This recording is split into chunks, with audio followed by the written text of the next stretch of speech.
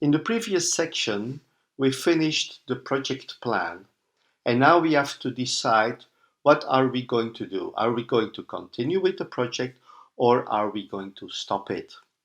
First, we have to verify that the project plan is complete. We have to do that by comparing it with the charter, the requirements, and the scope.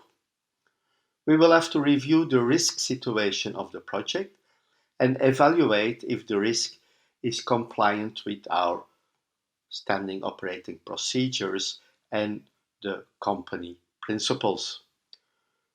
We have to verify the compliance of the plan with the business case, and when we get a final approval, we can go on with the project. The first step is to verify the plan with the charter, the requirements, and the scope. We have to be sure that the plan is complete. But we also have to assure that only the scope has been included, nothing more, nothing less. So when the plan is complete, we have to consider what are the costs, what is the schedule, and what is the risk. How do they relate to the business case and our original idea? Risk evaluation of the project can be done again before starting the execution of the project. At the beginning of the project, when we were considering the business case, an overall risk evaluation has been completed. And since it was positive, we could start with the planning of the project. Now, at the end of the planning, we know a lot more about the project, about the risks, and all other elements that we didn't know at the beginning of the planning step. When we look at the risks that we identified, that we quantified, we can make another risk evaluation.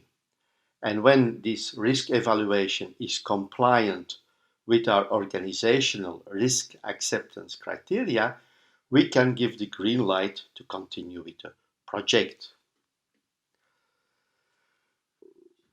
Now we have to review the business case. In the business case, we looked at the return of investment policy. We selected the project because the return on investment policy was okay. We had a good payback time, a positive net present value, an IRR higher than the cost of capital, and we selected this project amongst other projects that were presented. Now we know the detailed budget.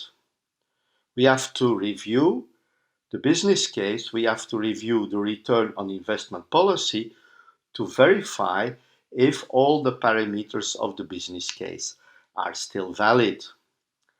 Based on this financial evaluation, we can either continue with the project or stop it. The final approval and the go will be given after all parameters have been approved. Once we have the go, the project can be executed. All the information that we obtained during the initiation, the planning, and the other steps will be part of the project plan. The formal start of the project is the signing off by the project client, sponsor, and the project manager. The first point on the agenda is to acquire the team and organize a project kickoff meeting. In the next session, we will look deeper into the kickoff meeting. Keep up the good work. See you in the next session.